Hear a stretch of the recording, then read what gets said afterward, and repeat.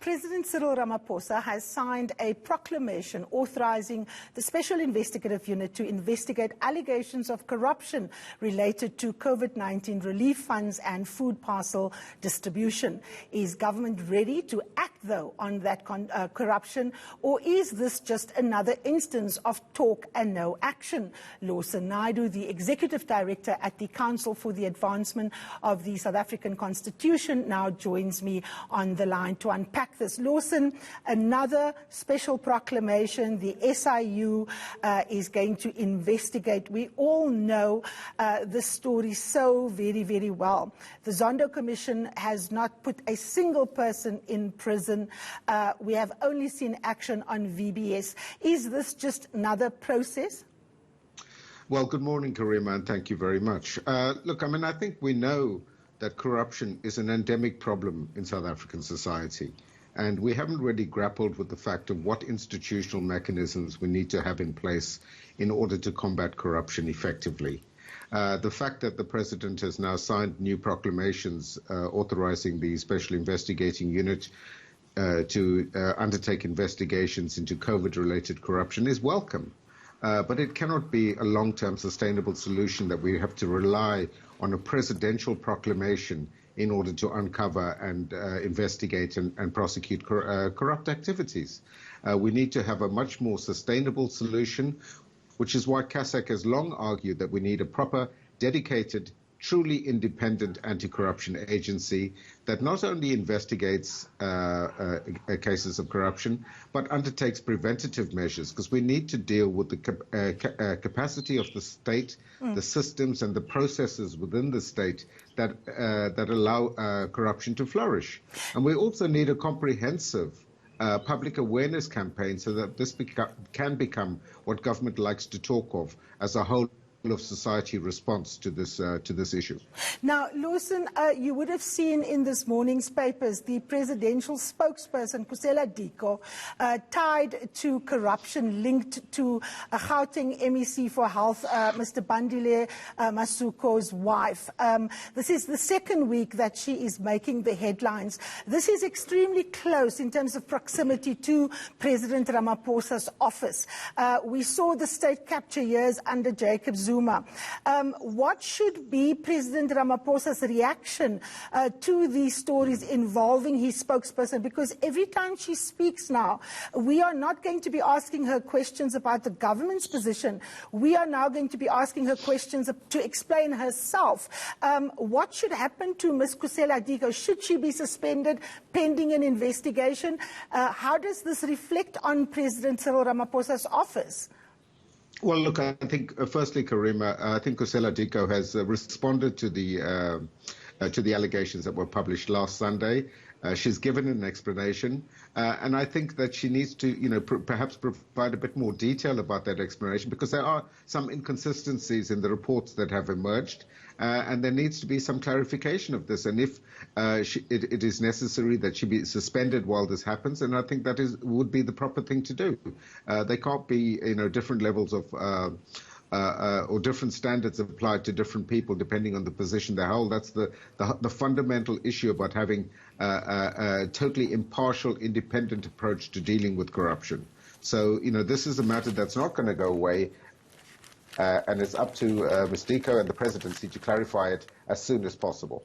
Now, Lawson, in the Sunday Times, the headline says vultures feast on COVID-19 misery, and it quotes the head of the Black Business Council, Mr. Sandile Zungu. He says that he is saddened to see that his lobbying for black business to benefit from the process has now been hijacked. And I'm quoting him. He says, "We now have to put it on record that these are not black business but thieves," Mr. Zungu says.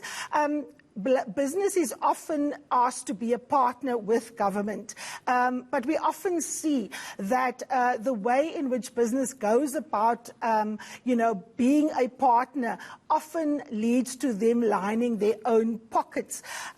What should be done about private sector corruption, often done in the name of stimulating the economy, black economic empowerment, all the supposed lofty ideals, but in the meantime, the monies are actually just going to greedy individuals? Well, look, I mean, this is a fundamental issue, Karima, is that very often corruption involves private sector players. And there has been a tendency in South Africa, in the South African media, to focus only on the public sector and to paint the public sector as being corrupt and not the private sector. It's a transaction between two parties, between an official in the public service and private interests that drive corruption in South Africa.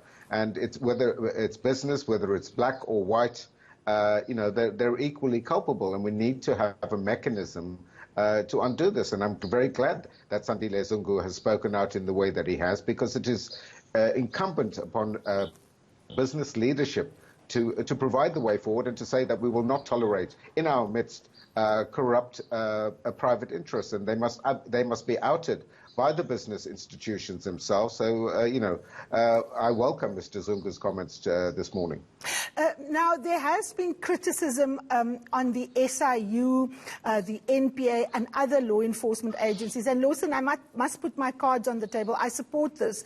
I want to know where Shamila Batoy is. Why is it taking so long for the National Prosecuting Authority to actually bring cases?